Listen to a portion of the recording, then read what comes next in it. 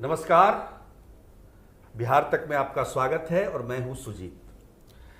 एक web series आ रही है जिसमें बिहार पुलिस को काफ़ी अच्छे तरीके से दर्शाया गया है। वो वेब सीरीज बिहार काडर के आईपीएस अधिकारी अमित लोढ़ा ने एक किताब लिखी थी, बिहार डायरीज, उस पर आधारित है और वो जल्दी ही आप उसे देख पाएंगे। यहाँ इस वेब सीरीज का जिक्र इसलिए हो रहा है कि गया का जो मामला है, जो जहाँ के एसएसपी हुआ करते थे, तत्कालीन एसएसपी आदित्य कुमार, वो आईपीएस अधिकारी जो अभी फरार चल रहे हैं, आर्थिक अपराध इकाई उनको जालसाजी के मामले में गिरफ्तार करना चाहती है। उस मामले से ये किस तरह से जुड़ा हुआ है, ये हम आपको बताने जा रहे हैं। हमारे साथ राकेश रंजन हैं, ये गया के रहने वाले हैं और इनका जिक्र इसलिए आया क्योंकि जो विशेष निगरानी इकाई है, उसने गया में एक केस हुआ था जुलाई 2021 में Magadh medical college police station में 197/21 उस मामले की जांच कराई थी विशेष निगरानी इकाई ने। और पी कन्नन जो कि डीआईजी थे उस समय विशेष निगरानी में, अब वो छपरा के डीआईजी हैं, उन्होंने रिपोर्ट में कहा था कि जो वेब सीरीज बन रही है उसमें राकेश रंजन जी ने बहुत पैसा लगाया है अपना, और वो रिपोर्ट में है, ये बात रिपोर्ट में लिखा हुआ कि huge money mobilise by him. तो इसलिए हमने इनको बिहार तक के स्टूडियो में बुलाया है कि भाई सच्चाई क्या है, क्योंकि हमारे पास एक और रिपोर्ट है आर्थिक अपराध इकाई की, जिस पर जो अभी जो मामला चल रहा है जालसाजी का, तो उसमें जो रिपोर्ट आई है उसमें इनका नाम है, इनके नाम के बारे में लिखा गया है कि कोई ट्रांजैक्शन इनके अकाउंट से नहीं हुआ है। कहने का मतलब कि अमित लोढ़ा जो कि बिहार डायरीज के लेखक हैं, उन्होंने पी कन्नन की रिपोर्ट के मुताबिक कि आपने उनके वेब सीरीज पर पैसा लगाया।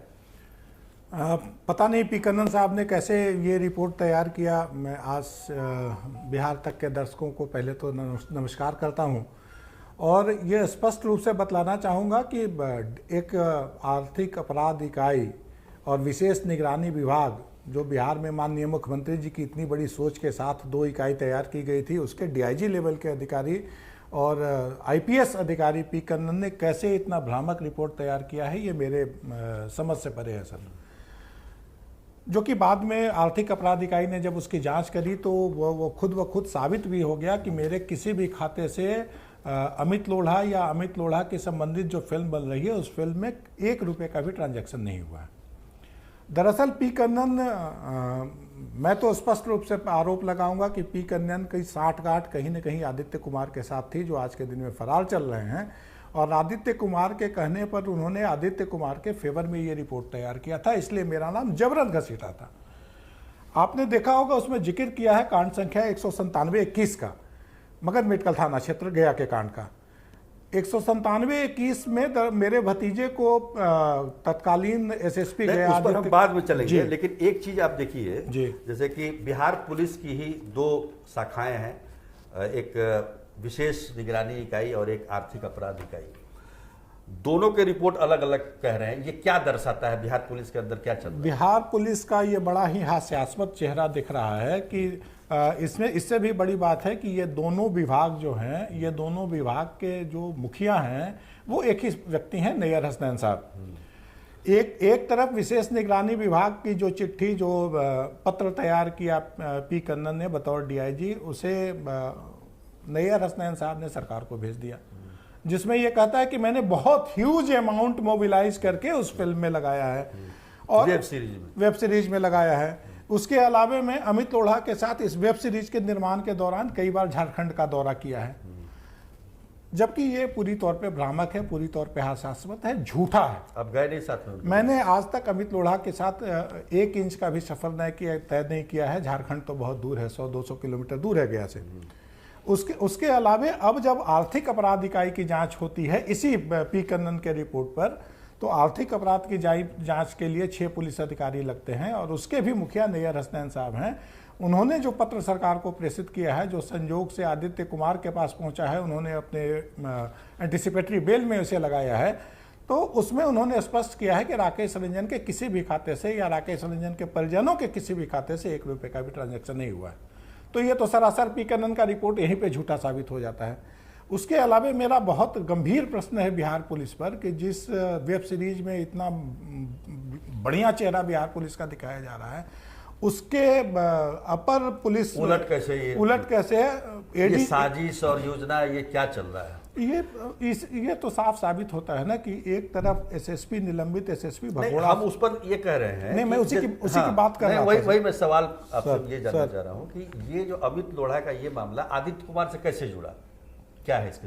अमित लोढ़ा का मामला इस तरीके से जुड़ा आदित्य कुमार के साथ कि 197 जो ये कांड हुआ उस समय आदित्य कुमार गए में एसएसपी थे और अमित लोढ़ा आईजी थे।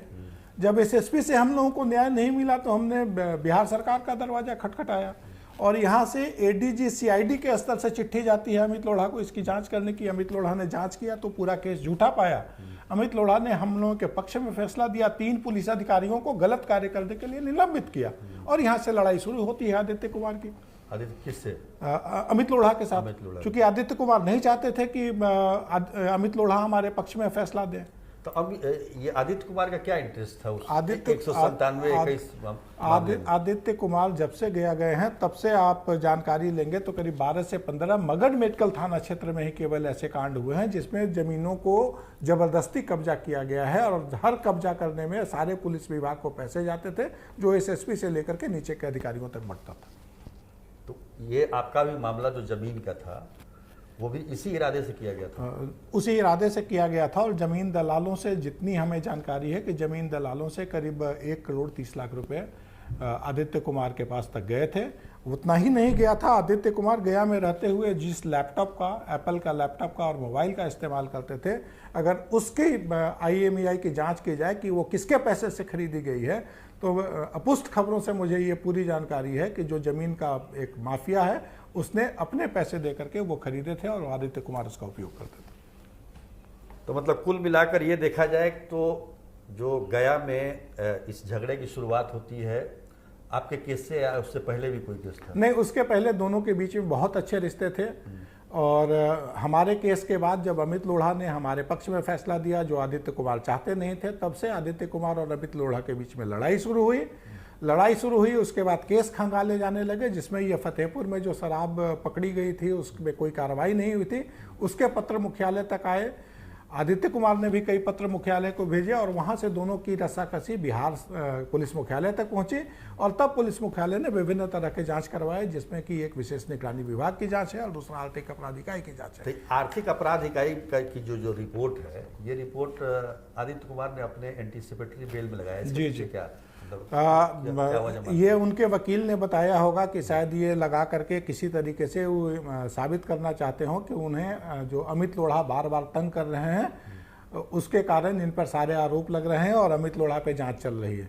लेकिन मेरा प्रश्न यहाँ बिहार के दर्शकों से और बिहार के पुलिस मुख्यालय से ये है कि जो इतना कॉन्फिडेंशियल रिपोर्ट है जिसे अपर पुलिस महानिदेशक ने पुलिस महानिदेशक को भेजा है, वो एक भगोड़े एसएसपी के पास, एक फरार एसएसपी के पास कैसे पहुंच जाता है? इसका मतलब बिहार सरकार के पुलिस विभाग की कोई भी फाइल जो है वो सेफ नहीं है, वो कहीं ना कहीं से लीक होते रहती है और आमजनों तक पहुंचती है, इवन क्रिमिनल्स तक पहुंचती है, भगोड़े अधिकारियों तक पहुंचती है। तो कहने का मतलब पी कन्नन ने जो रिपोर्ट बनाई, डीआईजी विशेष निगरानी विभाग उसका इकाई, उसका मतलब आपका कहना है कि वो किसके फेवर में बनाई? किसी के फेवर में बनाई या निष्पक्ष था? नहीं, वो पूरे तौर पे आदित्य कुमार के फेवर में बनाई, क्योंकि अगर पी कन्नन ने निष्पक्ष जांच करी होती तो उनका जो ये सेंटेंस है कि मैंने भारी पैसे लगाए हैं, उनका जो ये सेंटेंस है कि मैं कई बार अमित लोढ़ा के साथ गया हूँ झारखंड, तो वो नहीं लिखते, क्योंकि कोई प्रमाण उसके नहीं है। मैं आज तक गया नहीं हूँ, मैंने एक पैसे नहीं लगाए हैं, जो कि आर्थिक अपराध इकाई की जांच से भी स्पष्ट होता है। तो ये जो पी कन्नन साहब ने जो रिपोर्ट जारी किया, निश्चित तौर पे आदित्य कुमार के प्रभाव में किया और उनके पक्ष में किया। तो निश्चित तौर पर आप देखिए कि किस तरह की राजनीति और साजिशें बिहार पुलिस के अंदर चल रही है अमित लोढ़ा जो कि तत्कालीन आईजी हुआ करते थे गया के, उन पर इसी मामले में विभागीय प्रोसीडिंग भी चलाई जा रही है। और आदित्य कुमार का तो आपको पता ही है कि जो फतेहपुर कांड का जो मामला था, थाने का जो मामला था जिसमें शराब से जुड़ा हुआ वो मामला, उस केस को ख़त्म करवाने के लिए ही चीफ जस्टिस, फर्जी चीफ जस्टिस बनकर अभिषेक अग्रवाल ने बिहार के डीजीपी को फ़ोन किया और उन्होंने उस केस को ख़त्म कर दिया। तो मेरा मकसद, बिहार तक का मकसद ये है कि इस कांड से जुड़ी तमाम पहलुओं को देखा जाए और किस प्रकार से एक तरफ आदित्य कुमार को बचाने की भी कोशिश की गई है, अगर हम पी कन्नन की रिपोर्ट की बात करें तो, दूसरी तरफ आर्थिक अपराध इकाई उनको गिरफ्तार भी करना चाहती है। तो ये एक तरफ आप देखिए कि आर्थिक अपराध इकाई के रिपोर्ट में ये इन पर कोई चार्ज नहीं लगता है, जबकि जो विशेष निगरानी इकाई है वो कहती है कि इन्होंने ह्यूज अमाउंट लगाया है उस वेब सीरीज में। तो फैसला आपको करना है। आज के लिए बस इतना ही, तब तक के लिए नमस्कार। नमस्कार।